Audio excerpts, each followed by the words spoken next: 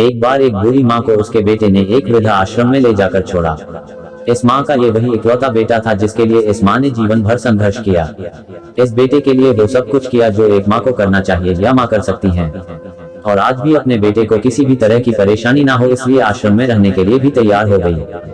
वृद्ध आश्रम में रह रही माँ हमेशा अपने बेटे को याद करती, मगर बेटा केवल साल में एक बार उसको मिलने जाता या फिर फोन पर बात कर लेता। कई साल बीत गए। वृद्ध आश्रम से बेटे को एक दिन फोन आया। उन्होंने कहा, बेटा जल्दी से आश्रम आके अपनी माँ से मिल लो, वो बहुत सीरियस है। बेटा जब अपनी बीमार माँ के पास पहुंचा तब वह अपनी आखिरी सांसें गिन रही थी। बेटे ने अपनी माँ से उसकी आखिरी इच्छा पूछते हुए कहा, माँ मैं तुम्हारे लिए क्या कर सकता हूँ बताओ। माँ ने कहा, बेटा इस आश्रम में गर्मी और मच्छर बहुत ज्यादा है, यहाँ पर कुछ पंखे लगवा देना। फ्रिज न होने की वजह से यहाँ पर हम बूढ़ों को कई बार भूखे पेट ही सोना पड़ता है, क्योंकि किसी ने दिया हुआ खाना खराब होने से नहीं बचा पाते। तो इस आश्रम के लिए एक दो फ्रिज भी खरीद कर दे देना। बेटे ने अपनी माँ की सारी बात सुनी और अपनी माँ से पूछा, आपने इतने साल यहाँ पर निकाल दिए पर आपने कभी भी यह बातें मुझसे नहीं कही, और अब जब आपके पास टाइम नहीं बचा है तब आप ये सब कह रही है, ऐसा क्यों?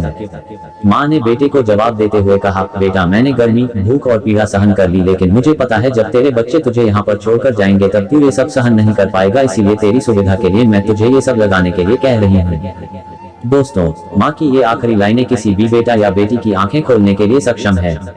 इतिहास हमेशा अपने आप को दोहराता है। अगर आप चाहते हैं कि आपके साथ अच्छा व्यवहार हो तो आपको भी दूसरों के साथ वैसा ही व्यवहार करना पड़ेगा।